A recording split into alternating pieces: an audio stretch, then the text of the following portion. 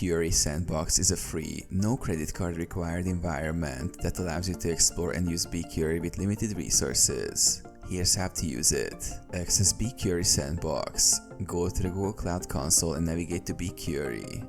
If you're new, you can use BigQuery Sandbox without signing up for the full Google Cloud billing account. Create a project. In the BigQuery UI, select an existing Google Cloud project or create a new one.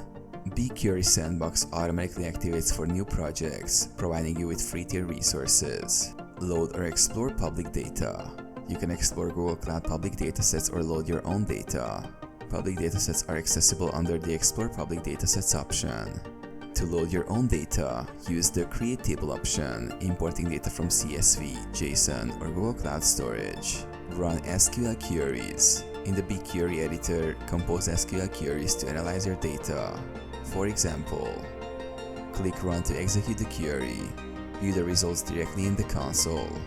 Limitations. BigQuery Sandbox provides 10 GB of free storage and 1 TB of free querying each month.